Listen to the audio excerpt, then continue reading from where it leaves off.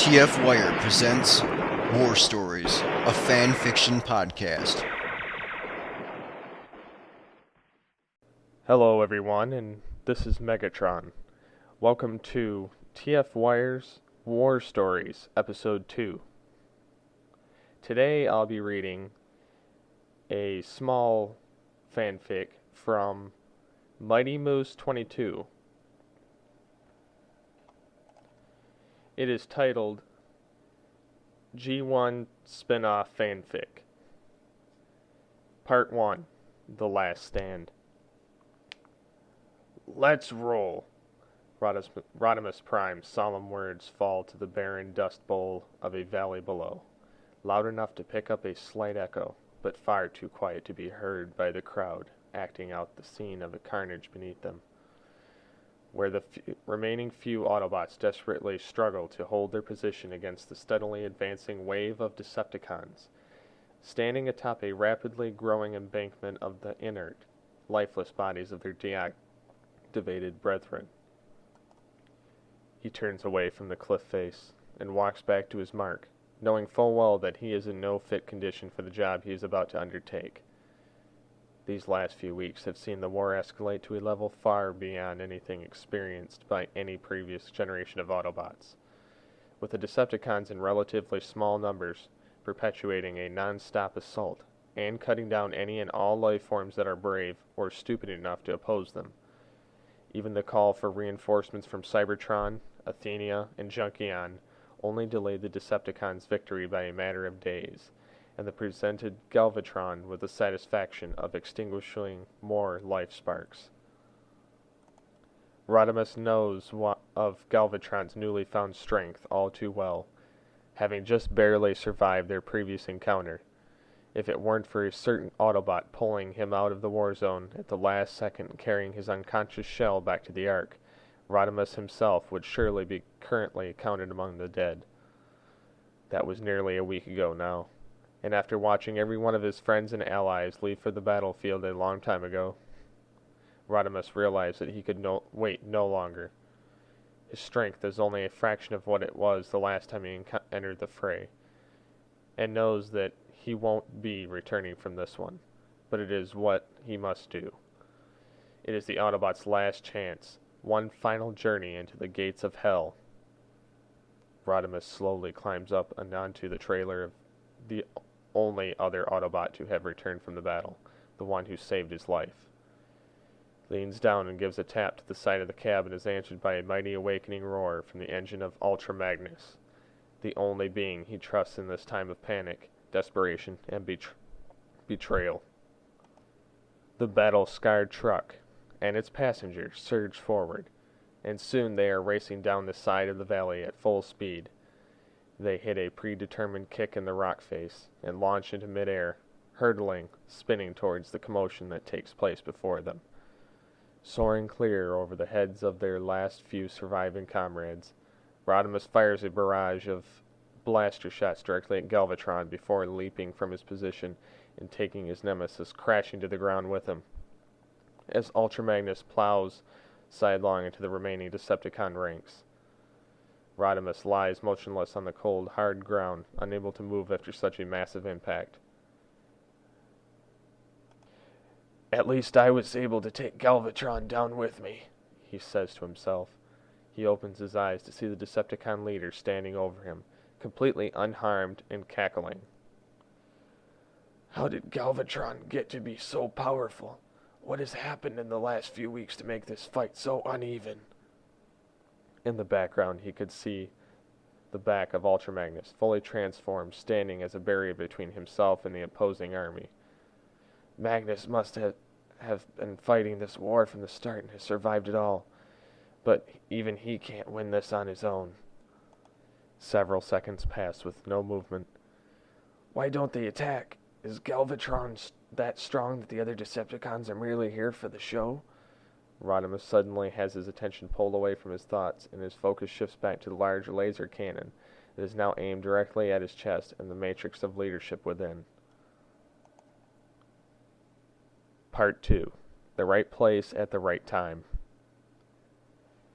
Realizing that he is in no immediate danger from the Decepticon troops, Ultra Magnus turns and makes a break for Galvatron, throwing his massive frame at the evil leader and tackling him to the ground just as the split second that he fires off his shot at the fallen Rodimus Prime. Galvatron leaps to his feet, grabs the Autobot by his chest plate, and tears it clean away from his body.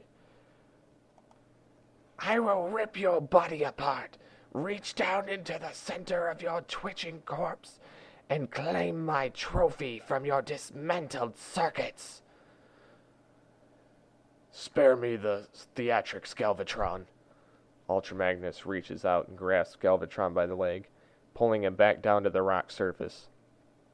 They exchange blow after body, shattering blow, until suddenly Galvatron fires his cannon at Magnus's leg, severing it at the knee. I took no pleasure from obliterating so many of your pathetic Autobot kin with a single shot. They were merely target practice. Even your strong and mighty leader, Rodimus Prime, gave me little satisfaction in his death.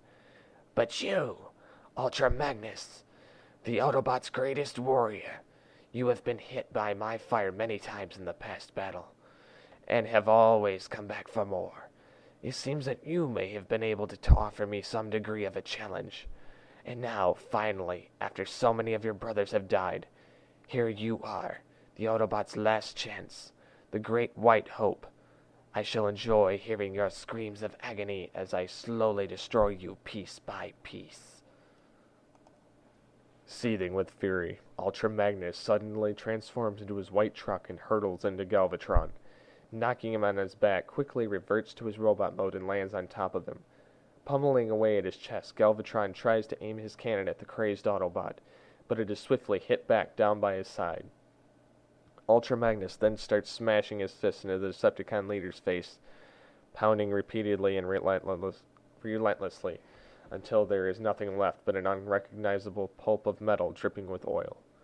Ultra Magnus suddenly stops, noticing that his victim has not been fighting back, resisting, or moving at all for a while now.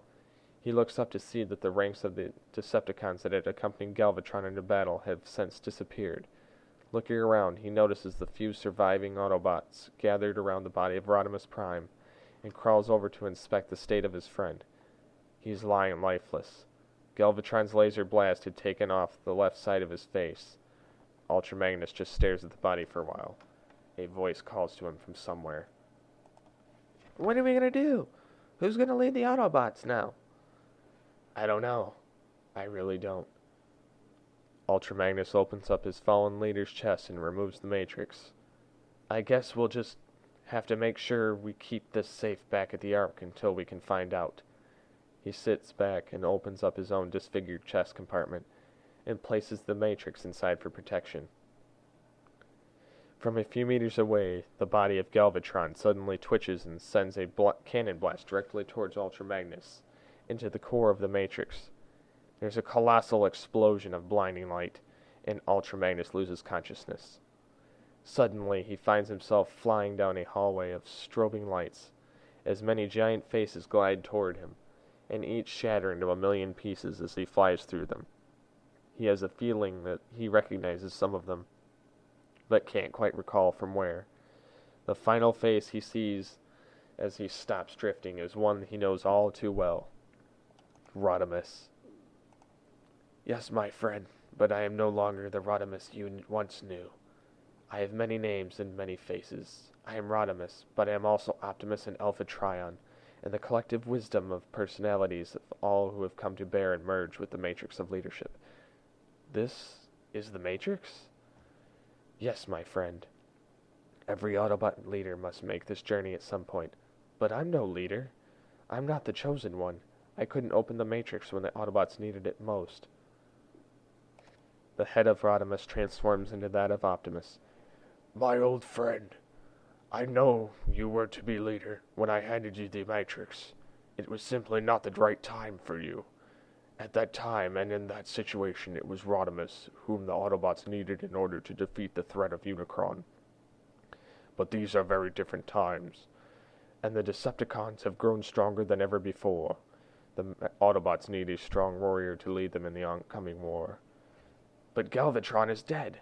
Awaken, Magnus Prime. Magnus opens his eyes to see the battlefield he left.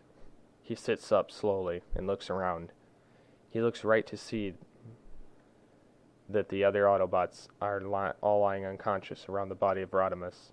He looks left to see that the body of Galvatron is missing, and there is no sign of any other Decepticons. Magnus lies back as the words of Optimus echo in his mind. The Decepticons have grown stronger than ever before. The Autobots need a strong warrior to lead them in the coming war.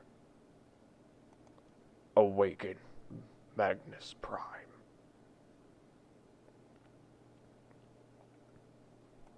And that's the end of Mighty Moose 22's fanfic. And coming up next is a special guest spot reading for the reading by Newsy. So here she is. Hi, this is Newsy from the Allspark, and this is a challenge piece I wrote in January 2007. It's called Awaken. Awareness. How long have I been unaware? Where am I? Who am I?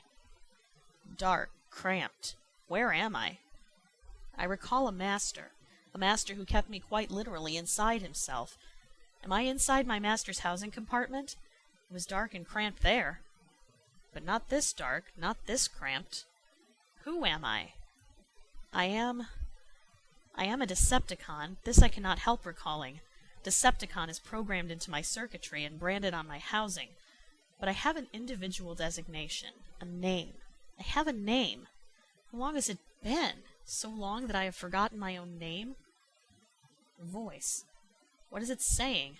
It is muffled, but still I hear words. Apparently I hear well. Explore, explore. Repair, repair. This is not a Decepticon voice. This is barely a sentient voice. A drone, then. What is it? Whose is it? Where am I? Who am I? Other voices. Blending voices. Some familiar voices. Megatron? Do I hear the voice of the great Megatron, leader of the Decepticons? A monotonous voice. A booming command. Ravage. Eject.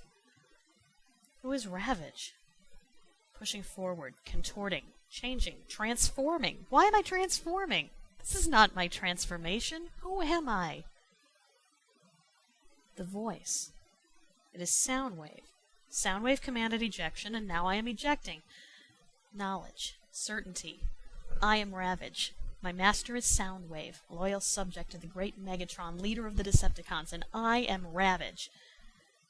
Light. Color. Ground. Unfamiliar ground. Landing on the hard, unfamiliar ground. Landing with 4 extremities. What is this form? What am I? My master will know. I will ask my master. If my other circuits work, my vocal circuitry must still function. What am I ask.